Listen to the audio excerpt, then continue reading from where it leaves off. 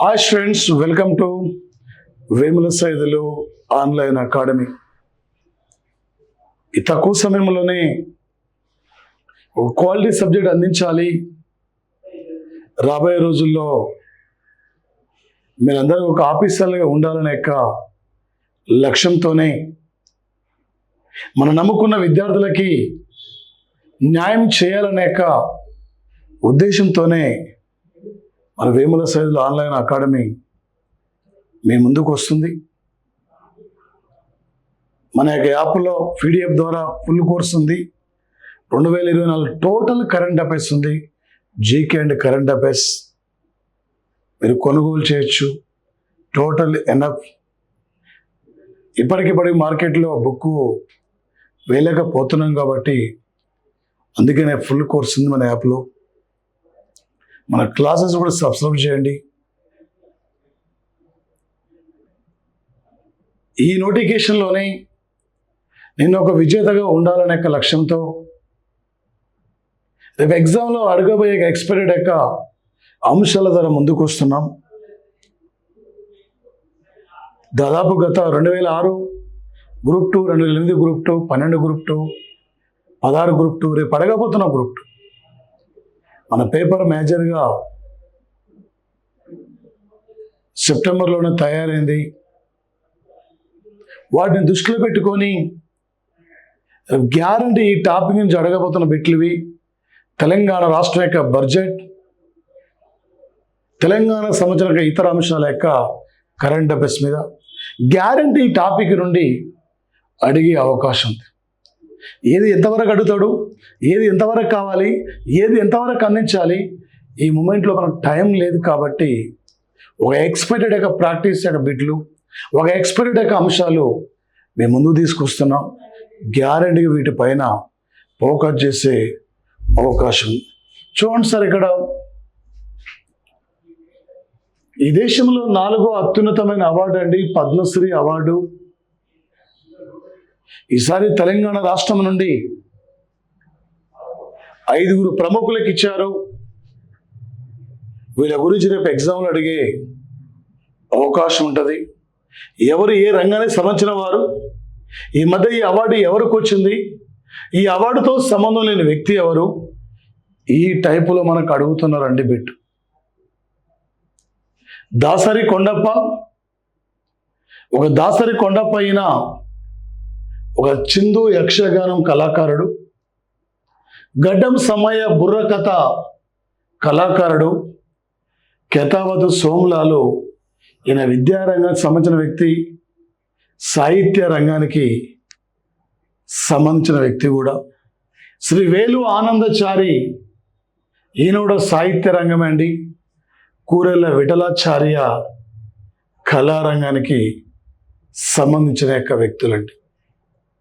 మన తెలంగాణ రాష్ట్రానికి ఒక ఉమ్మడి ఆంధ్రప్రదేశ్ నుండే భారతరత్న అవార్డు స్వీకరించిన మొట్టమొదటి వ్యక్తి, ఒక తెలుగు వ్యక్తి.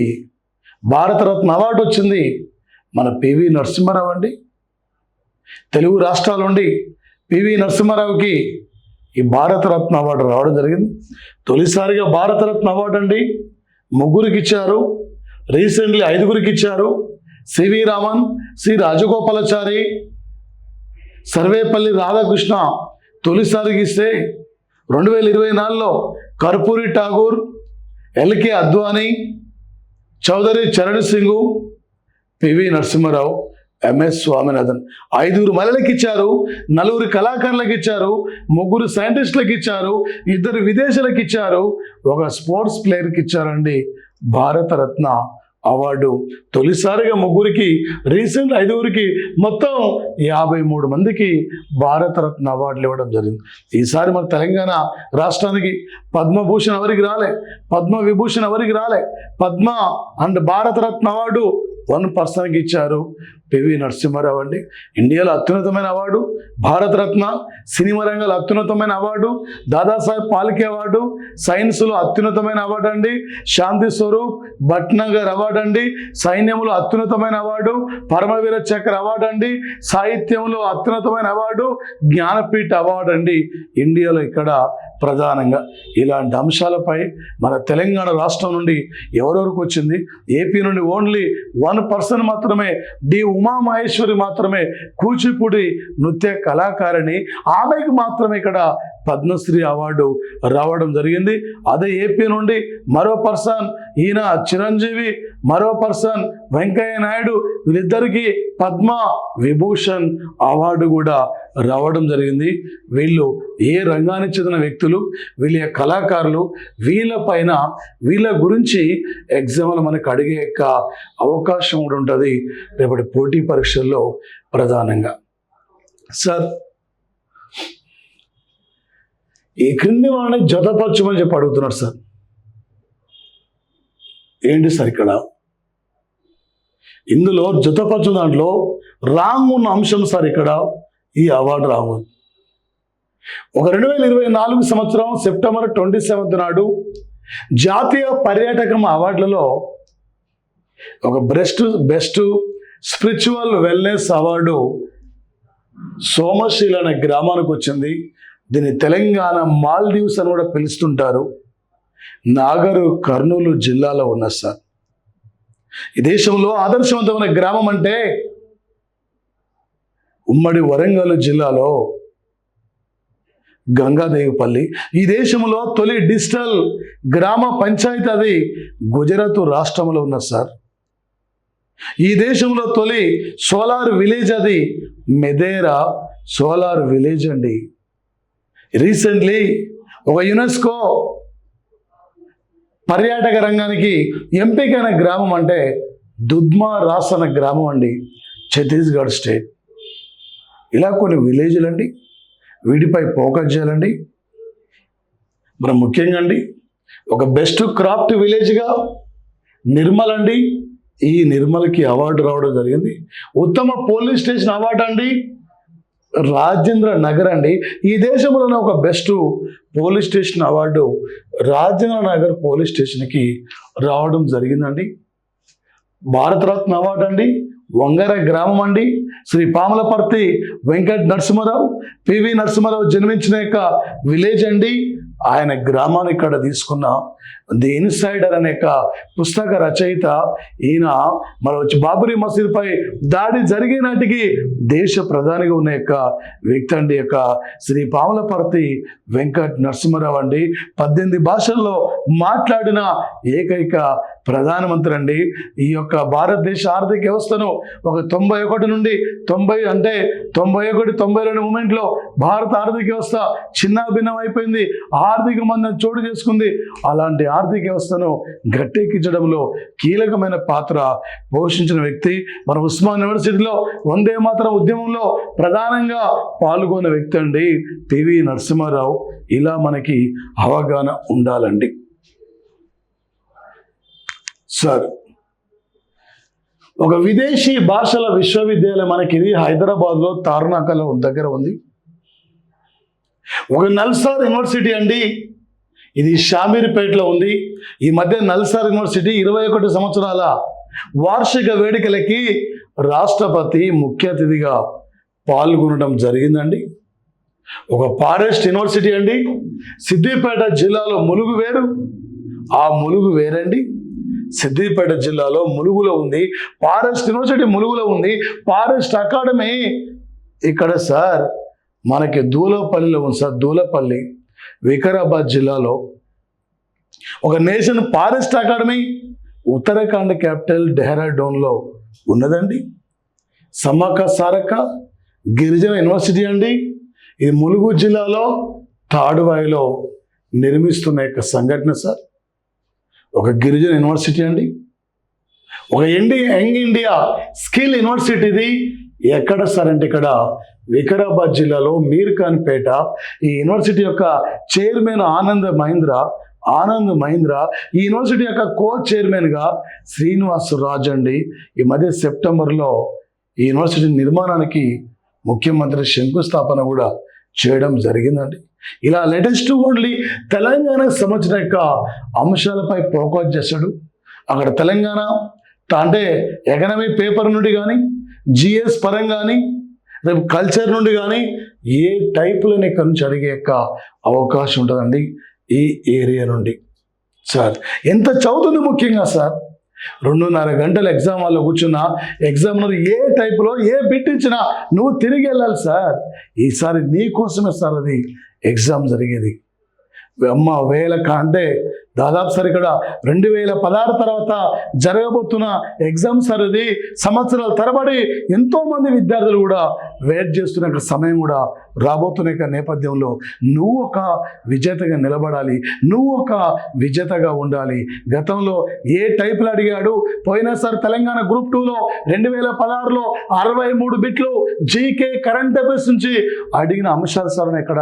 అందుకే మనకు 11 అంటే జిఎస్లో 11 టాపిక్స్ ఉంటే 3 టాపిక్స్ ఇక్కడ కరెంట్ అఫైర్స్ అండి.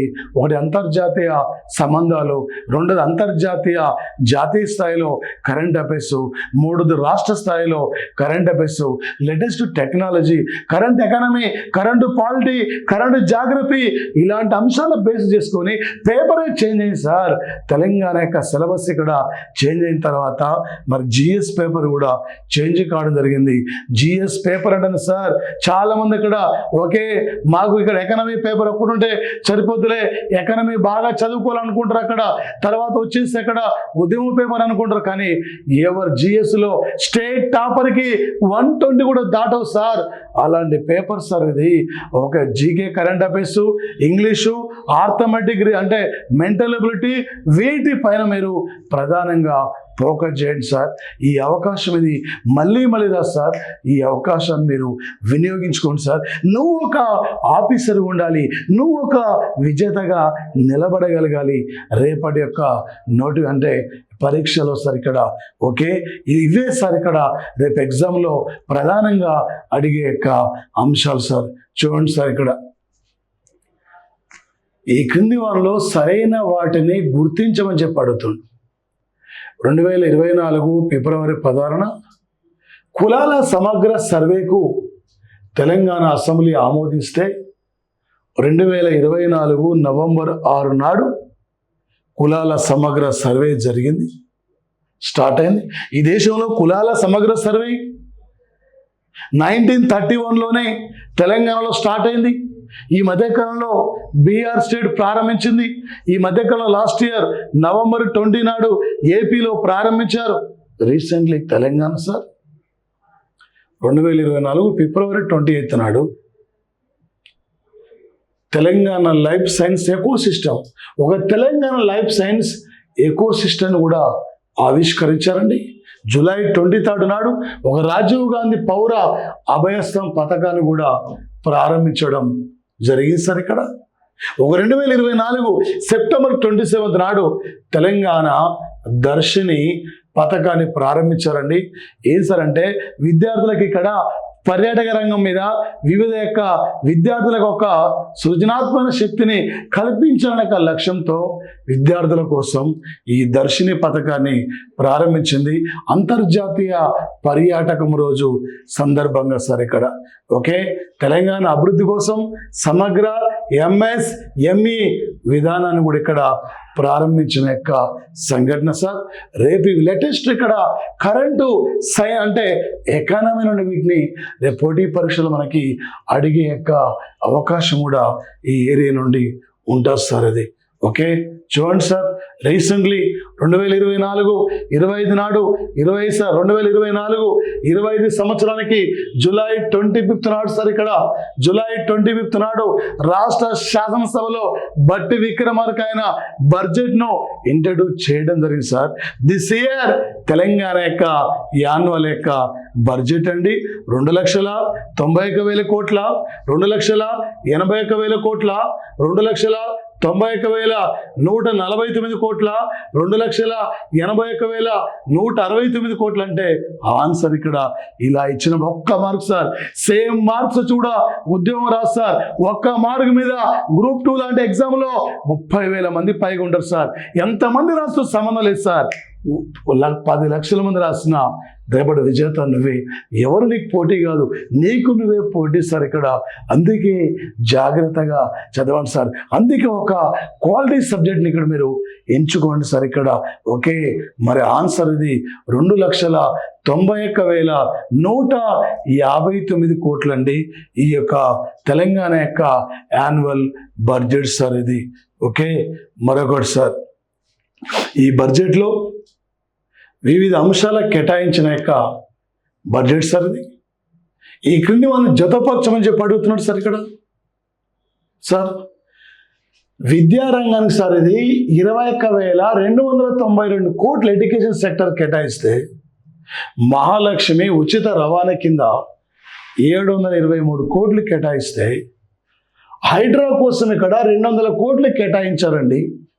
గృహజ్యోతి కోసం ఇక్కడ 2,418 కోట్లు ఇక్కడ గృహజ్యోతి కోసం కేటాయించడం జరిగింది.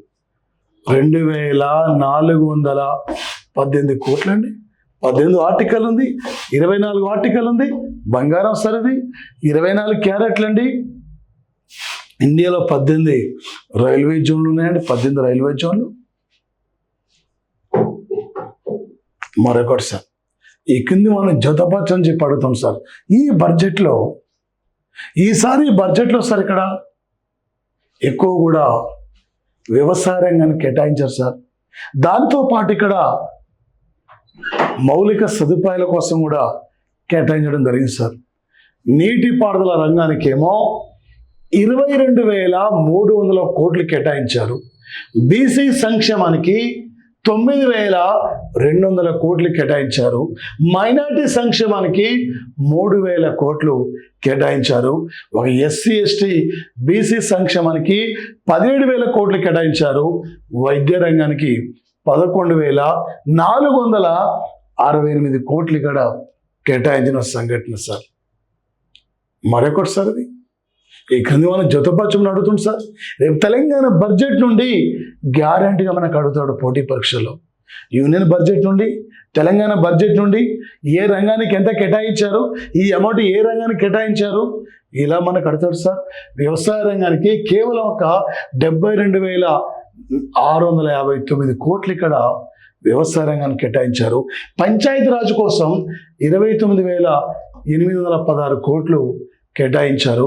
ఔటర్ రింగ్ రోడ్డు కోసం 200 కోట్లు, హైదరాబాద్ మెట్రో అభివృద్ధి కోసం 500 కోట్లు, హోంశాఖకి ఇక్కడ 9,564 కోట్లు ఇక్కడ కేటాయించిన యొక్క సంఘటన సార్. అదేవిధంగా సార్ ఇక్కడ విద్యుత్ రంగానికి 16,410 కోట్లండి. నీటిపారుదల రంగానికి 22,300 కోట్లండి. ఐటీ సెక్టర్ కోసం అండి 774 కోట్లండి. అడవులు పర్యావరణం 1,064 కోట్లండి. శిశు సంక్షేమం 2,736 కోట్లండి ఇక్కడ శిశు సంక్షేమానికి కేటాయించేస్తారు ఇక్కడ. మరొకటి సార్, ఈ క్రింది వాళ్ళలో తెలంగాణ రాష్ట్రంలో ఆర్థిక మంత్రులుగా పనిచేసిన వారితో సమానం లేనివారు ఎవరండి? ఈటల రాజేందర్ తొలి ఆర్థిక మంత్రి అండి. హరీష్ రావు కూడా ఆర్థిక మంత్రిగా పనిచేస్తారండి. బట్టి విక్రమార్క ప్రజెంట్ ఆర్థిక మంత్రి అండి.